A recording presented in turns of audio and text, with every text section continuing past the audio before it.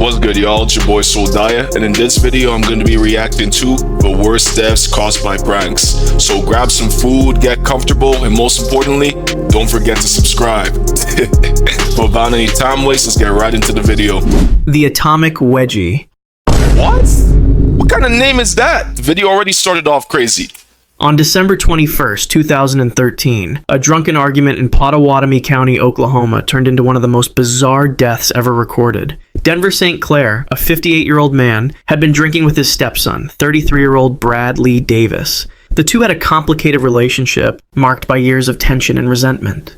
That night, their conflict escalated. Davis grabbed his stepfather's underwear from behind. What started... That's kind of weird, like... Even though it's a prank, is it just me, or that's very weird? As a humiliating prank quickly became something far worse. He pulled the elastic waistband upward with violent force, stretching it over St. Clair's head and down around his neck. This was what teenagers call an atomic wedgie, a schoolyard joke taken to its extreme limit. But Davis didn't. I'm sorry, bro. Wedgies. If you do a wedgie on people, you're sus. Like you're zesty. You're gonna get that checked out, because who in their right mind thinks, you know what? I'm gonna go reach down into this man's pants, bring up his underwear, and stretch it. Who does that? No, that's just weird. Stop pulling. The elastic band tightened around St. Clair's throat. What had been an act of anger and humiliation transformed into strangulation. St. Clair couldn't breathe. He clawed at the fabric, digging into his neck, but the elastic was too tight, too deeply embedded in his skin. His airway closed. The medical examiner later confirmed that death took several minutes. Oh, that's crazy. St. Clair remained conscious as oxygen stopped reaching his brain. His face turned red, then purple. Petechial hemorrhaging appeared in his eyes. Yo, rest in peace to this guy, but like that gotta be one of the worst ways to go out. Like, imagine saying what happened to him. He died by a wedgie. Like, that's crazy. Tiny blood vessels bursting from the pressure. He fought for air that wouldn't come. Davis stood watching as his stepfather suffocated. By the time he realized... Yo, couldn't he tell that, like, his stepdad was, like, suffocated? I'm so confused. His stepdad would have been like...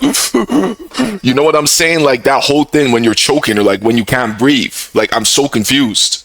Realized what he had done, it was too late. The underwear had become a ligature, cutting off blood flow to the brain and compressing the windpipe. St. Clair collapsed to the floor. When police arrived, they found the body still wearing the underwear wrapped around the neck. The elastic waistband had left deep marks in the skin that matched the pattern perfectly. The autopsy listed cause of death as asphyxiation by ligature strangulation. The weapon was a pair of underwear. Davis was arrested and later convicted of first-degree manslaughter. Yeah, no, he's definitely going to, like, staying in jail for at least, like, I don't even know how much years, but he deserves it. The Bigfoot hoaxer. On August 26th... Yo, what are all these names, bruh? Atomic Wedgie, the Bigfoot hoaxer, like what? 2012, Randy Tenley stood in the middle of U.S. Highway 93 near Kalispell, Montana. It was after dark. The 44-year-old wore a full military-style ghillie suit, a camouflage outfit covered in shaggy strips of fabric. This is already going bad. Like, I think I can see where this is going. First of all, you're in the middle of the night, right? You're trying to camouflage with trees in the middle of the night, or like bushes. This screams to me like a car is gonna run him over. I don't know about y'all, bro, but that's what it screams like to me. Designed to make a person invisible in natural surroundings. His plan was simple. He wanted to create a Bigfoot sighting to scare passing drivers and hopefully make the local news. His friends waited on the he definitely getting run over. Shoulder of the road, watching as Tenley positioned himself in the traffic lane. Cars approached in the darkness. The ghillie suit worked exactly as designed. Against the black pavement and night sky, Tenley was nearly impossible to see. He looked like a shadow, a vague shape that didn't register as human until it was too late. The first car came fast. The driver never saw him. There were no brake lights, no swerving, no attempt to stop. The vehicle struck Tenley at highway speed, throwing his body several feet down the road. The impact broke bones and caused severe trauma, but it wasn't immediately fatal. I knew it. Like, no, but like, what was he expecting? Like, the cars are just gonna like stop? Like, you're literally camouflaging. Sometimes people, man. He lay on the pavement, injured and unable to move. Seconds later, a second car approached. The driver had no warning, no time to react. The headlights illuminated Tenley's body only at the last moment. The car ran over him. This impact finished what the first had started. The crushing force caused massive internal injury. Oh, nah, that's so stupid, though. Trying to, like, there's big cars coming in there's a lot of cars coming in the highway, and you want to camouflage to scare people. How'd you think that would have gone? It reminds me of this one story, right? Where this dumbass decided to go into a cage of lions, right? The cage of lions, and just start intimidating them. Like, he got mauled to death, but like, what did he expect to happen? It's the same type of logic. His chest cavity collapsed. Organs ruptured. Damn. Death came quickly after the second strike. His friends Whoa. ran from the roadside screaming for help. When police arrived, they explained the Bigfoot hoax. Nah, that actually sounds painful. Rest in peace, him. Investigators found no skid marks from either vehicle. Both drivers never saw what they hit until impact. The ghillie suit had worked too well. Tenley died invisible on a dark Montana highway, killed by his own successful disguise. Oh. The deadly Ding Dong Ditch. On January 19th, 2020. Now this one, I'm like, how would someone die in a ding dong ditch? But because I used to do a lot of ding dong ditches when I was younger, and like, it was so funny. Brings back memories. Teenagers drove through a quiet neighborhood in Corona, California. They had just pulled off a classic prank, ringing the doorbell at Anurag Chandra's home and running back to their car. It was Ding Dong Ditch, harmless fun that teenagers had been doing for generations. Among them were Daniel Hawkins. Don't tell me this is one of those things where like the owner just gets way too defensive and just brings out a gun and pew pew pew. Jacob Ivoscu, and Drake Ruiz. But Chandra didn't see it as harmless. He was enraged. Within seconds, he got into his car and began chasing them. What started as a prank became a high-speed Chasing them? That's crazy. pursuit through residential streets. Chandra accelerated to 99 miles per hour, weaving between parked cars and through intersections. The teenagers tried to escape, their driver pushing the car faster, but Chandra stayed close behind. The chase lasted several minutes. Chandra pulled alongside the teens' vehicle. He didn't just follow them. He deliberately rammed their car with his own. The impact forced them off the road. At that speed, the driver had no chance to regain control. The car veered sharply, left the pavement, and slammed into a tree. The collision was brutal. The tree punched through the passenger compartment, metal crumpled inward. The three sitting in the back died instantly from the Yo, I can't lie. This guy's crazy. Over a ding dong ditch, he chased them in his car, going over, like breaking every speed limit, mind you. Every single speed limit, because someone rang his doorbell and ran away. If you, like, people just be doing extra. Like, is that not extra? Like, I get ding dong ditching is annoying, but come on, bro. As a grown man, you should know better than this. impact. Their bodies were thrown against seatbelts with enough force to cause fatal internal injuries. The tree had essentially cut through the vehicle's structure, crushing everything in its path. The other three teenagers survived with serious injuries. Chandra stopped at the scene and was arrested immediately. He was later charged with 3 counts of murder. A doorbell prank had ended in triple homicide. 3 families lost their sons because a grown man couldn't control his rage over a momentary annoyance. No, that's like crazy, bro. Like when I did ding dong ditches, I got chased by like old men, like not in cars, of course, but just like on foot. Yo, the more I think about it, it was actually funny, but like never to this extent. This guy, yeah, he deserves to go to jail for that, bro, because what kind of anger management? Chandra was convicted and sentenced to life in prison without the possibility of parole. The Royal Radio prank in early December. These names are crazy. Royal Radio prank. I can't even guess what this is about. 2012, Jacinta Saldanha was working her shift as a nurse at King Edward VII Hospital in London. The hospital was treating Kate Middleton, who was pregnant with her first child. That morning, the phone rang at the nurse's station. Saldanha answered. On the other end were 2 Australian radio hosts pretending to be Queen Elizabeth II and Prince Charles. They asked for information about Kate's condition. Saldanha believed the impersonation was real. She transferred the call to another nurse who gave details about the royal patient's medical status. The entire conversation was I'm so curious how someone's gonna die from this. Like, damn. Recorded. Within hours, the radio station broadcast it internationally. The prank became global news. Saldanha's voice was heard by millions of people around the world. The hospital launched an internal investigation. Media coverage intensified. Saldanha felt crushing shame and guilt. She believed she had betrayed patient confidentiality, failed the royal family, and humiliated her hospital. The weight of public exposure became unbearable. She couldn't escape the knowledge that her mistake had been broadcast worldwide and replayed endlessly across news channels. Over the next few days, her mental state deteriorated rapidly. She wrote 3 notes expressing her guilt and shame. On December 7th, just days after the prank call, Saldanha was found dead in her nursing accommodation. She had chosen to leave by hanging. You see, like, even though, like, me personally, something like this could never, like, draw me to, like, end myself, because, like, there's so much people out there who obviously gonna care about you. And just you taking your own life because of something like this, in my opinion, is pretty selfish. But like, that's why y'all need to pay attention to like mental health, bro, because anyone could really like, it might seem harmless to you, bro, but to the other person, they're like crying on the inside.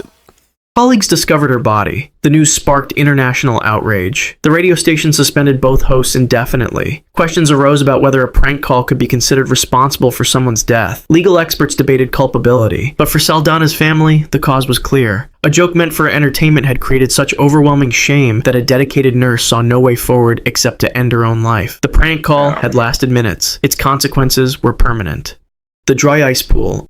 On February 29th, 2020, a birthday party was underway in Moscow, Russia. The celebration was for Ekaterina Didenko, a social media influencer with a large following. Her husband, 32-year-old Valentin Didenko, was among the guests gathered around. I'm gonna have to go search this up on Instagram later to see if this is a real person. Well, obviously it's a real person, but to see the IG. An indoor swimming pool. Someone had planned a visual spectacle to make the party memorable. They would dump dry ice into the pool to create a dramatic fog effect. Partygoers carried more than 60 pounds of dry ice to the pool's edge. Oh, I can already tell how this is gonna go. Oh my goodness. They dumped it into the warm water all at once. The reaction was immediate and spectacular. Thick white fog erupted from the pool, rolling across the surface and spilling onto the deck. Guests cheered and laughed. Several people, including Valentin, jumped into the pool to swim through the fog. But dry ice is frozen carbon dioxide. They jumped in dry ice? Nah, some people just don't be using their brain. Like, if you go, first of all, where they get dry ice from? Second of all, you should know if you're putting dry ice in the pool, you can't jump in it. Like, come on now. When it sublimates in warm water, it releases massive amounts of CO2 gas. Carbon dioxide is heavier than air. It sinks and displaces oxygen. The gas was invisible, odorless, and filled the indoor space rapidly. The swimmers in the pool suddenly couldn't breathe. There was no smoke, no visible danger, just the absence of oxygen where air should have been. Valentin and two others lost consciousness almost immediately. Their bodies went limp in the water. Other guests tried to help but began collapsing themselves as they entered the gas cloud. Confusion spread through the room. People gasped for air that wasn't there. The decorative fog had become a suffocating blanket of carbon dioxide. My question is, how the hell did they even get dry ice in the first place? Like, who supplied them with dry ice? Emergency responders arrived within minutes, but 3 people were already dead, including Valentin. Several others required hospitalization for asphyxiation. The autopsy confirmed carbon dioxide poisoning. Ekaterina had lost her husband at her own birthday party. A prank meant to create beautiful photographs had displaced all the oxygen in the room and killed 3 people in minutes. The initiation impalement.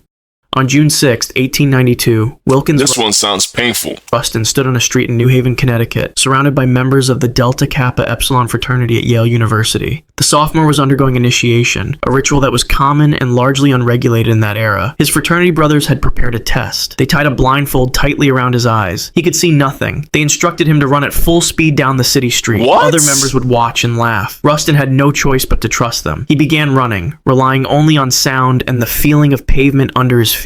He sprinted blindly through the darkness, disoriented and unable to judge distance or direction. His fraternity brothers watched from the sidewalk as he gained speed. A horse-drawn carriage sat stationary on the street ahead. Rustin couldn't see it. He ran directly into the carriage at full force. A sharp wooden pole jutted from the vehicle's frame. The pole penetrated his abdomen. The impact drove it deep into his body, puncturing through his intestines and abdominal cavity. Rustin screamed. He was conscious, aware, impaled on the wooden shaft. His fraternity brothers rushed forward and removed the blindfold. They saw the pole extending through his body. He was taken immediately to medical care, but these dumbass fraternity blood brothers, whatever they're called, bro, they should have been there running with him. Why would they just let him go? Like, they could have said, they could have told him to stop. Because if they were really watching him, they can see that he's about to run into a spiky carriage. Like, these people, man. Doctors in 1892 had limited ability to treat such injuries. The punctured intestines leaked bacteria into his abdominal cavity. Peritonitis developed, an infection spreading through his abdomen that 19th century medicine could not stop. Rustin endured 5 days of agony. Fever consumed him. The pain intensified as sepsis spread through his system. His body slowly shut down from the infection.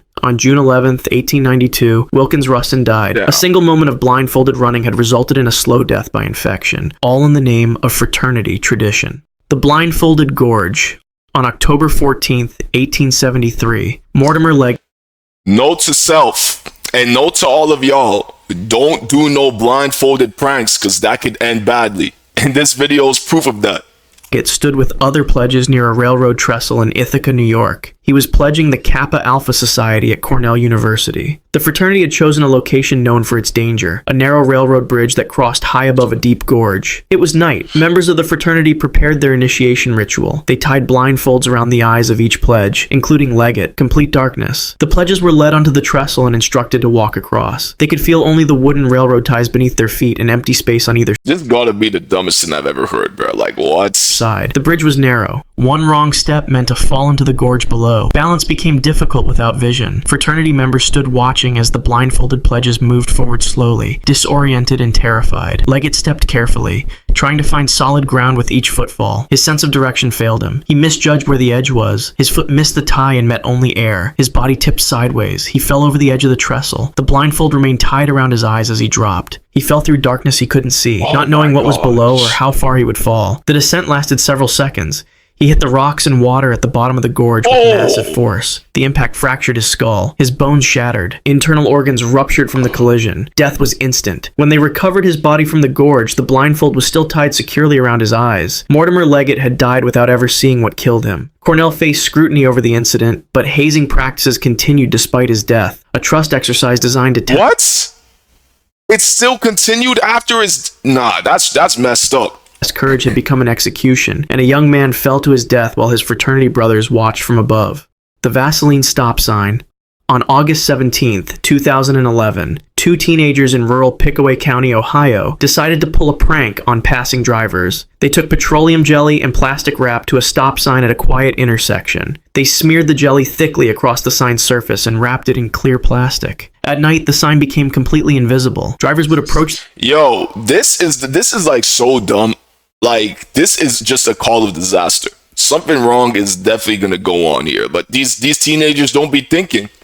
Like, it's crazy out here. The intersection with no warning to stop. The teens wanted to watch the confusion as cars rolled through without stopping. That evening, 80-year-old Jean Shea was driving with her sister, 85-year-old Mary Spangler, in the passenger seat. They were traveling on familiar rural roads they had driven for years. As they approached the vandalized intersection, Shea saw nothing to indicate she should stop. The sign was there, but the petroleum jelly and plastic wrap made it impossible to see in the darkness. She drove through at normal speed. An SUV was approaching from the perpendicular road. That driver had the right of way. He saw Shea's car not stopping and tried to brake, but there wasn't enough time. The SUV struck the passenger side of the car at full speed. It was a T-bone collision. The impact crushed the passenger door inward. Metal crumpled directly into where Spangler sat. She absorbed the full force of the collision. At 85 years old, her body couldn't withstand the blunt trauma. Her ribs shattered. Internal organs were damaged beyond repair. She died instantly from the impact. Shea survived with injuries, but lost her sister. Police found the teenagers shortly after.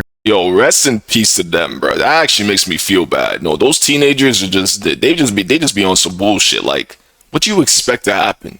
The petroleum jelly was still smeared across the stop sign, evidence of what they had done. They were arrested and charged. A simple prank designed to cause momentary confusion. They better spend at least, like, I don't even know, like 15 years in prison, because that's some bullshit. Had made a stop sign invisible and sent an elderly woman through an intersection to her death. If you want to see more videos... Damn, I can't lie. These pranks just be crazy. Some of these pranks I've heard got me thinking, what are y'all doing? Like, what are y'all thinking? Especially the one we just saw, the Vaseline one. Like, obviously someone's gonna die. Like, come on now. But yeah, though, if y'all enjoyed this reaction, don't forget to leave a like, comment, and subscribe. That'll be much appreciated. And I hope y'all have a great day, and I'm gonna be seeing y'all in the next video. Peace.